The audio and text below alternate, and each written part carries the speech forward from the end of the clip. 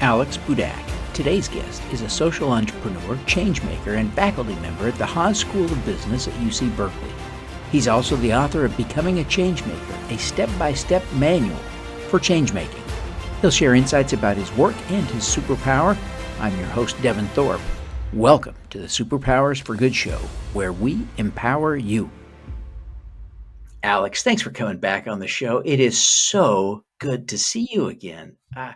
We go back over a decade now since we first connected, and boy, what a stellar career you're having. So thank you very much for being with us today. Devin, the feeling's absolutely mutual. Thanks for having me back. Great to be with you. Oh, it's exciting. And of course, now you've written a book, an amazing book. People are just loving it. The praise for the book is really impressive. But the book, Becoming a Changemaker, is the same name you have for your class at Berkeley, where you teach. Tell us about the book. It's a dream come true to be writing this book. But I have to say, Devin, you've written a few books. I'm a reluctant author. So I did not set out to write a book. I'm kind of a skeptical author. But as you mentioned, I teach this class at UC Berkeley called Becoming a Changemaker. And I had enough students that came up to me after the class and would say, the class was life-changing for them and transformed them, and it should be a book. And I sort of brushed off the first few of them. But after a couple dozen, I said, well, okay, maybe there's something there. And so I wrote this really as a tribute and in service of them. That got me past my lack of grammar, among other things, to just get this book out into the world, to take the magic of this Berkeley class and make it accessible to folks around the world. It follows the same structure as my UC Berkeley class. So we start with understanding, what is a changemaker mindset? What are some of the traits that great changemakers have in common, irrespective of roles or of sectors? And it's based on some of the original research that I've done, something called the Changemaker Index, a longitudinal study of how changemakers develop over time. From there, the second big block is changemaker leadership. So we look at, what does it take to actually lead change today? What are some of those old-fashioned models of leadership? How can we reinvent that for today? Things like influence without formal authority and using vision as a way to catalyze change and bring others along the change journey with you. And then the third part, which brings both mindset and leadership together, is changemaker action. So how do you take those really challenging but crucial first steps of action? And it's grounded in empathy, because I've been a social entrepreneur, social entrepreneur. I know how hard it is to take action. And so we look at what we can learn from engineers and artists and athletes and all kinds of other folks about, how do you take those first steps, and how can you make change feel a little less scary and a little less overwhelming? Yeah. The last time I had you on the show, you taught me a profoundly important principle. And I have reflected on this over and over and over again. But you explained how you teach resilience in your class. And I hadn't really thought about it as being a teachable skill. And yet you described it as something. And so you teach your students to go out and fail at something in the next 15 minutes, right? And so they have to go out and ask a student with an umbrella to walk them across campus in the rain or whatever difficult thing, just so they can get someone to say no, so they can achieve a failure quickly and come back and report on it. And I began to appreciate that, yes, we can learn to be more resilient. And so all of these things in the book are kind of like that, aren't they? They're skills that we often think of as character traits that are innate or inherited, but what you've been able to prove over and over again is they're skills you can learn, right? That's exactly right. And so you'll find throughout the book, I've actually brought in some of these original exercises I have my students do that's usually only available to Berkeley students, make it accessible to all. So you'll be able to try some of those out for yourself if you read the book. But yeah, that's exactly right. That we so often think that our abilities, our skills are fixed, that we're sort of born one way or the other. And now, when we think about something like risk taking, I think, of course, there is sort of a biology behind it. We might think about those of you that have taken the Big Five personality test. There's something called openness. And that sort of says, what's our biological openness to risk and new things? But regardless of where you naturally fall on the nature scale, I really believe on the nurture scale, we can push ourselves and we can challenge ourselves, and that all these things are learnable and achievable. And that's really the great fun of being in front of a classroom and taking a diverse group of students, all coming with different lived experiences, different backgrounds, different levels of comfort with change, but all pushing them to kind of get to that next level in their development. And I think they see, and I hope that readers of the book will see, that as you sort of conquer one of these things, you realize it's a really virtuous cycle, and that you can build resilience, you can build empathy, you can build curiosity. And once you start doing it, the sky's the limit. Some really wonderful things happen as a result. Yeah. In the book, you kick off with a story of Hannah, one of your students, who comes to class with a very dour expression on her face, and you reach out to her to find out what's wrong. Share the story and the lesson you got from that, or help teach her. Yeah, that's exactly right. So I'm used to having a pretty happy class. Part of it is that I refuse to teach class at 8 a.m. because I wouldn't have taken an 8 a.m. class. So she's usually pretty happy. And so when Hannah was sitting there, like really arms crossed, kind of dour look on her face, Yeah. I tell someone was wrong, reached out to her because, students are always facing battles I may not be privy to. But she sort of opened up to me in office hours. She said, look, I've given up hope on being a change maker. She had told me about she was doing an internship this past summer where she was trying to drive forward a new diversity, equity, inclusion effort in the office. And while her direct manager was supportive, she kept running into roadblock after roadblock, both sort of personal as well as systemic. And ultimately, her DI efforts just fell flat. And because of that, she started telling herself a number of stories, one of which is that change is never possible and that she couldn't be that agent of change. Now, I think there was still something about her, still some little spark, because the next semester she did still sign up for a class called Becoming a Changemaker. And so I think she had that in her.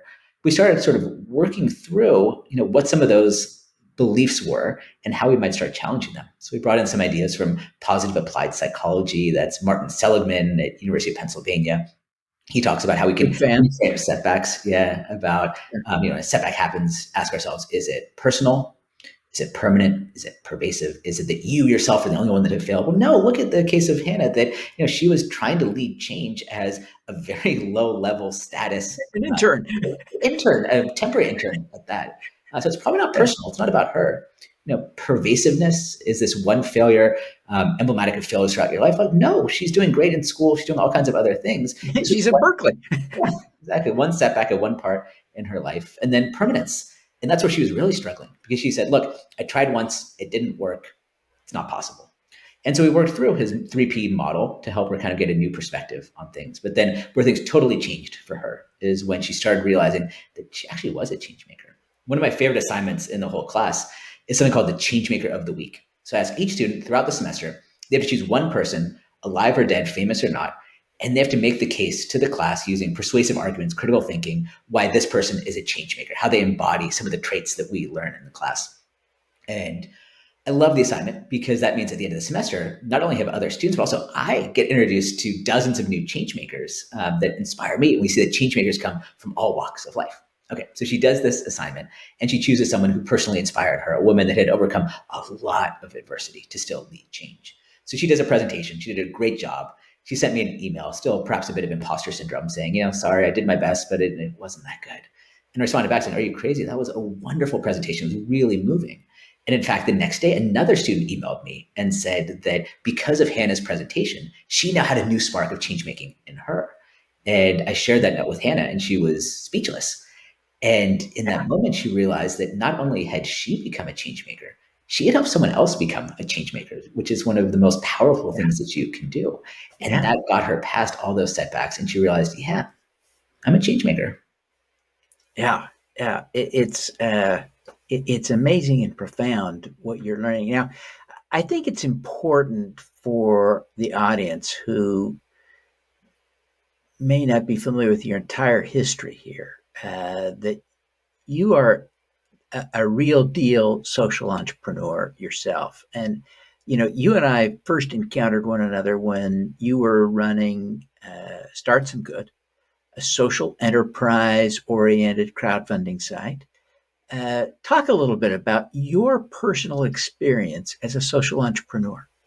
Well, as anyone who's a social entrepreneur listening to this can identify, it is an absolute roller coaster. Some of the highest highs of my career, some of the lowest lows, and sometimes those highs and lows happened in the same day. I mean, it is just an absolute roller coaster ride. It was exhilarating. It was exhausting. One of the great joys is that by running a platform that supported changemakers all around the world and all different scales, so from like the early stage to the more developed, had this wonderful sort of vantage point into the social enterprise ecosystem. I got to see trends that a lot of other people don't see. I got to see that like mobile health tech was really taking off because we saw a lot of people raising funds for that. And that was a great joy because it also gave me a sense of community. That's one of the things that's been, I think, central to my whole personal and professional life is a sense of community. And, in my class at Berkeley, in the book, I talk about how change making is a team sport. I think that we tend to put the lone innovator, the lone entrepreneur up on a pedestal. And, I say this as a social entrepreneur myself. Not all of us can nor should be social entrepreneurs. Not all of us have the same risk tolerance. Not all of us, through systemic and other factors, have access to the same capital. So not all of us should set out to be entrepreneurs. But I do believe each of us can be change makers. And so that's the experience that kind of drove me forward by seeing that social entrepreneurship was one amazing way to catalyze change. I did so alongside my co-founder, Tom Dawkins, whom you've also interviewed on your show. But it's not the only way. And so I kind of got inspired to broaden out that aperture a little bit as I thought about, well, who could we involve in change and how can we involve as many people as possible? It's your history is so profound, and I'm excited that you're bringing this now from the classroom into an accessible book. The book isn't overly long. This is not a textbook for your students in the traditional textbook sense of the word, though I suspect your students will read it and maybe assign to. But this is a book for change makers, not for academics, right? That's exactly right. And I refuse to be the professor that assigns his own book to students. So it's optional for them. If they want to read it, they can. They don't have to, but I hope that many others will. And actually, it's been wonderful to see that a number of universities around the country, actually around the world, we're in 7 different countries so far, have adopted this as a textbook for their class. It's wonderful to Oh, see wow. other people are taking it on. But yeah, one of the driving factors for this is that I think academics, they love, or we love, to overcomplicate the world for people. We love to use big jargony words and feel sort of exclusive. And so in the writing, I hope you find it really simple, really clear. Not that the ideas aren't complex, they are, but that the reading is simple and accessible. And I want someone who's a 14-year-old to be able to take advantage of the readings just as much as a 40-year-old or an 80-year-old, that it kind of reaches people where they are. And I think inclusive and engaging language is a big part of that. Yeah. Well, this is wonderful. You have done so much. I think now you're 16 or 17, and I look at all that you have done in your young life, and I'm just amazed. What is your superpower? I mean, I think a superpower is that I'm comfortable with not being good at a lot of stuff. I see among a lot of people that we feel like we have to be good at everything. And I've sort of learned in my life that there are some things that I'm good at. And there's a lot of things that I'm really bad at. Devin, if you want someone to go fix your home, don't call on me. I'm not the right person for that. If you need someone to do your taxes, I'm not the right person for that. But I've Yeah, gotten comfortable that there's a couple things that I really, really love. And when I find both that passion, that sense of purpose, and things that give me energy, I can go big on that. So I found that teaching is just my calling. It's what I've meant to be doing. I love being in front of a classroom. I feel that sense of flow where a 2-hour class just flies by and I don't even know because I'm just so immersed in the experience. And I think that's only possible because I'm willing to say there's 100 of other things that, maybe with a ton of hard work, a ton of energy, I could get decent at, but I'm kind of okay with not being great at it in service of really playing to my strengths and playing to my passions. yeah. That is such an important superpower. That ability to live with the discomfort, of maybe not being great at something, but there's good data, I think, that to suggest that uh, there's power in that, right? Because the things that make people exceptional are the things they're really good at, not not an ability to be good at everything. It's an ability to be good at something. And so part and parcel of that is being able to accept that you're not good at some things. So I love that. I just love that. Can you think of an example that you could share of a time in your life or career when you have specifically leveraged that power to accomplish something?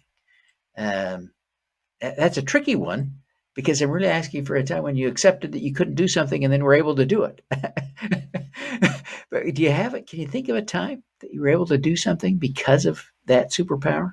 Yeah, well, I kind of think it back to my book launch, and it's a funny thing about writing a book, and you know this well, I'm sure, is that we think that the main skill in writing a book is writing the book, but actually a really important skill is the kind of marketing and promotion of the book, and that's something that feels really uncomfortable to me. One of my core values is humility, and so I'm just not a guy that's going to stand up and get a billboard for myself and like look at me.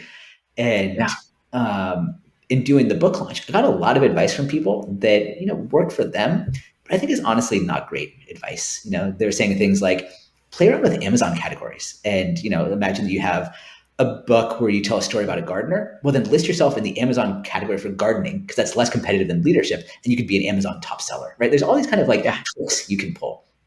Didn't feel yeah, right to me. And so yeah, instead, I had to think about, well, what are my actual strengths here? What am I not good at? And then what am I actually good at? And I also realized that a number of books go into this with huge PR budgets. People pay $10,000, $15,000 a month to get the PR. I said, I can't do that.